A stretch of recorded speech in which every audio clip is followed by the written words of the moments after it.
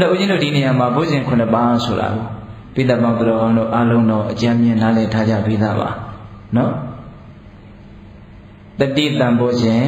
ဓမ္မဝိစီယတံဘုဇင်ဝိရိယတံဘုဇင်ပီတိတံဘုဇင်ပတ္တိတံဘုဇင်တမာတိတံဘုဇင်ဥပေက္ခတံဘုဇင်လို့ဘုဇင်ဘယ်နှပါလဲ9ပါးအဲ့ဒီနေရာမှာတရားဓမ္မတို့ဦးဇင်းတို့တိတိဖြစ်စေမတိတိဖြစ်စေကိုတရားအလုပ်ကိုကြိုးစားအထုတ်နေတဲ့အချိန်တိုင်းမှာအဲ့ဒီဘုဇင်တရားတွေကတော့ထိုက်တဲ့လို့ပါသွားပြီလားဟုတ်လားထိုက်တဲ့လို့ပါသွားပြီလား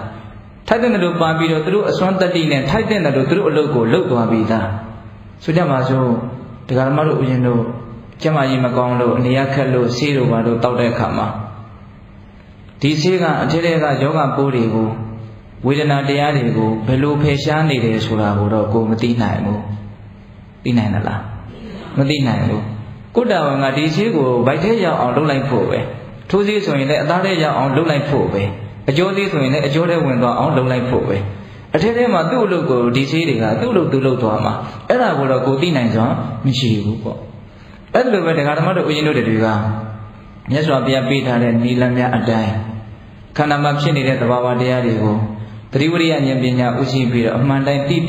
နေပါလို့ပြောထားတဲ့အတိုင်းဒါကိုယ်ကသိအောင်ကြိုးစားနေတယ်ဆိုလို့ရှိရင်အဲ့ဒီအလုတ်ကပဲကိလေသာကိုပယ်ရှားတဲ့အလုတ်နော်ပိဋိပတ်တိအစရှိတဲ့ချမ်းသာမှုတွေနဲ့ဖြစ်စေတဲ့အကျိုးကျေးဇူးတွေကိုဒီအလုတ်ကပဲဒါဖြစ်စေသွားမှာပေါ့ဟုတ်ရဲ့လားဒါကြောင့်ကိုသိဖြစ်စေမသိဖြစ်စေတရားကိုရှုမှတ်နေတယ်ပွားများနေတယ်ဆိုရင်ဘုဇင်တရားတွေဟာထိုက်တဲ့လို့တော့ပါသွားပြီလားအပြည့်စုံကြီးတော့ဟုတ်ချင်မှဟုတ်မယ်ပေါ့ဒါကကိုယ်ကသိရင့်ကျက်သွားပြီတည်ငြိမ်သွားပြီဆိုရင်လည်းအပြည့်စုံရတဲ့အနေထားလည်းရှိနိုင်တယ်ပေါ့ဒါကတော့နားထောင်ရင်းနဲ့ပို့ပြီးတော့ရှင်းသွားပါလိမ့်မယ်